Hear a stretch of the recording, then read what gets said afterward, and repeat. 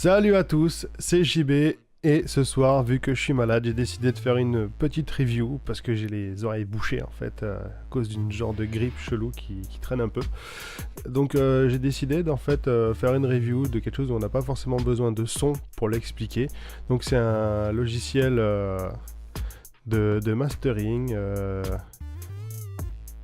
voilà, qui s'appelle Dynameter de chez Meterplugs, qui permet en fait de vous dire en un coup d'œil en fait où est-ce que vous en êtes dans les on va dire dans les pénalités que pourraient vous donner les plateformes, vu que sur SB on a beaucoup de questions par rapport à la loudness, à les normes et tout ça, et que souvent vous n'avez pas les notions de base ou ne serait-ce que l'envie d'aller chercher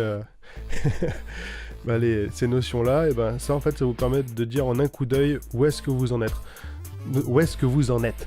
Donc je vais vous montrer un petit peu deux mastering qui ont été faits. Un maquette abusée exprès pour on va dire vous montrer un petit peu comment ça marche, et un autre qui lui va sortir sur les plateformes. Donc vous allez voir directement, on va commencer par celui qui abuse.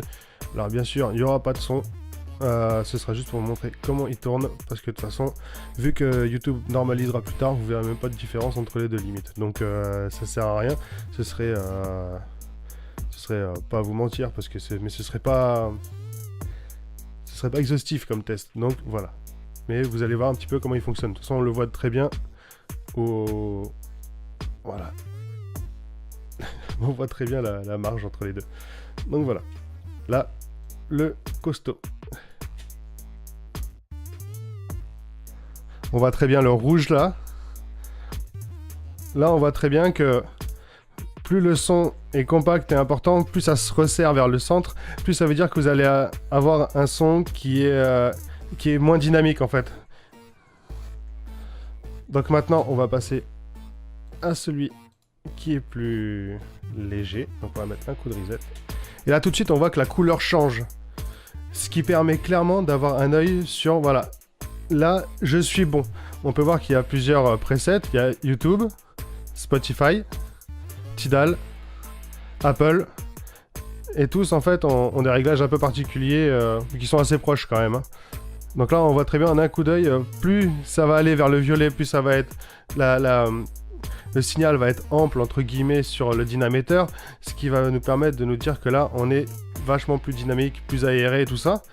Alors que plus vous allez être resserré et compact vers le centre et d'une couleur plutôt rouge, là ça voudra dire que vous allez avoir des grosses pénalités sur YouTube. Donc voilà, c'était un petit peu pour vous expliquer le dynaméter de Meterplugs. Donc si vous avez des questions pour ce qui est le PSR, PLR, Target et tout ça, et sur les normes en général, venez sur le groupe Secret Beatmaker ou en commentaire des vidéos YouTube et on se fera un plaisir de vous y répondre. Mais voilà, en tout cas, je voulais parler de ce plugin qui est extrêmement simple en fait à voir quand on est dans les clous ou pas, même si on n'a aucune notion. Donc ça ne veut pas dire que ça vous garantira, ça n'influe pas sur le son, ça se met en fin de chaîne master une fois que tout est fait pour essayer de voir où est-ce que vous en êtes, mais ça n'influera pas sur le son, ça vous dira juste si vous êtes dans les clous ou pas. Donc voilà, j'espère que vous avez aimé cette vidéo, n'hésitez pas à mettre un like, à partager et à nous dire vos impressions en commentaire. Allez les gars, ciao!